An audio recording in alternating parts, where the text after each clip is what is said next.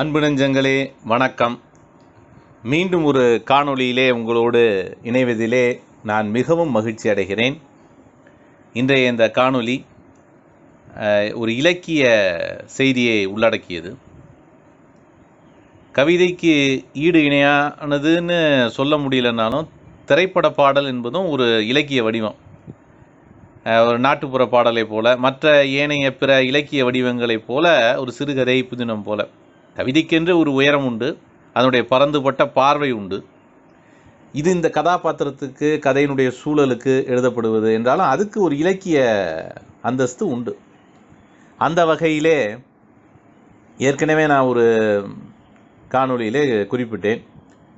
சூரிய வம்சம் திரைப்படத்தில் கவிஞர் மு. மேத்தா அவர்கள் எழுதிய அந்த பாடல், நட்சத்திர ஜன்னலில் வானம் எட்டி பார்க்குது என்று தொடங்குகிற பாடல். பாடலுடைய பல்லவியினுடைய தொடக்கத்திலேயே நட்சத்திரம் என்கிற அந்த வார்த்தை வந்து இசையமைப்பிற்கு இசைவானதல்ல, கொஞ்சம் கடினமாக வார்த்தை என்பது மாதிரி அவர் இசை வசந்தம் எஸ்.ஏ. ராஜ்குமார் அவர்கள் நினைத்திருக்கிறார். அதனால் வேறு வார்த்தை போடுங்கள், வேறு மாதிரி பல்லவியை மாற்றுங்கள் என்று.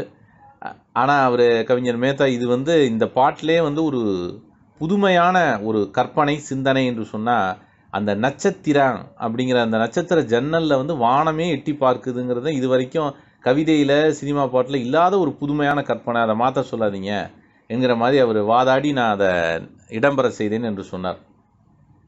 அப்போ நான் இதை பற்றி சிந்தித்த பொழுது பார்த்திங்கன்னா, ஏற்கனவே வந்து திரைப்பட பாடல்களில் அந்த நட்சத்திரம்ங்கிற வார்த்தை வரலையானா எனக்கு தெரிஞ்சு வந்திருக்குது. இசைஞானி இளையராஜாவினுடைய இசையிலேயே 2 இடத்துல வந்திருக்கு. இதுக்கு மேலேயே வந்திருக்கலாம், எனக்கு தெரிஞ்சதை நான் சொல்கிறேன். வைதேகி காத்திருந்தால் திரைப்படத்தில் அந்த பாட்டு வரும், ராசாத்தி ஒன்றை காணாத நெஞ்சுங்கிற பாட்டில், கண்ணுக்கொரு வண்ண கிடி காதுக்கொரு கான குயில் நெஞ்சுக்கொரு வஞ்சி கொடி நீதானம்மா, அத்தை மகளோ மாமன் மகளோ, சொந்தம் எதுவோ பந்தம் எதுவோ என்று தொடர்கிற அந்த பாடலில் சந்தித்ததும் சிந்தித்ததும் தித்தித்திட என்று வரும். அம்மாடி நீதான் இல்லாத மேகம், செவ்வானம் வந்து தீண்டாத வானம், முத்தம் வர நித்தம் வரும் நட்சத்திரம் என்று அந்த பாட்டு வரியில் வரும். அதில் நட்சத்திரம் வருது. அதே போல் கமலஹாசன் சுஜாதாவும் நடித்த படம், அதுவும் இசைஞானி இளையராஜாவினுடைய இசையமைப்பு தான். அந்த விஜயகாந்த் படத்தை கவிஞர் வாலி எழுதியிருப்பார். இந்த படத்துக்கு வந்து கவியரசர் கண்ணதாசன் பாடல் எழுதியிருப்பார். அதில் வந்து தாலாட்டு தேவானம் தல்லாடு தேமேகம் என்று ஆரம்பிக்கிற அந்த பாடல் வரிகளில், மேல் மாடத்தில் ஒரு நட்சத்திரம், கீழ்வானத்தில் ஒரு பெண் சித்திரம் என்று வரும். அந்த பெண் சித்திரம், நட்சத்திரம், அப்போ அந்த வார்த்தைகள்லாம் வந்து இசைக்கு இசைவான இசையமைப்பிற்கு லாபகமாக தான் இருந்திருக்குது என்பதை வந்து நம்ம நிறுவுவதற்கு இந்த பாடல்கள் வரிகளெல்லாம் நமக்கு ஒரு சான்றுகளாக அமைகின்றன. அந்த வகையில் வந்து எஸ்.ஏ. ராஜ்குமார் ஏன் இப்படி நினைத்தாரோ தெரியவில்லை. இந்த பாடல்களை எல்லாம் அவரும் கேட்டிருப்பார்.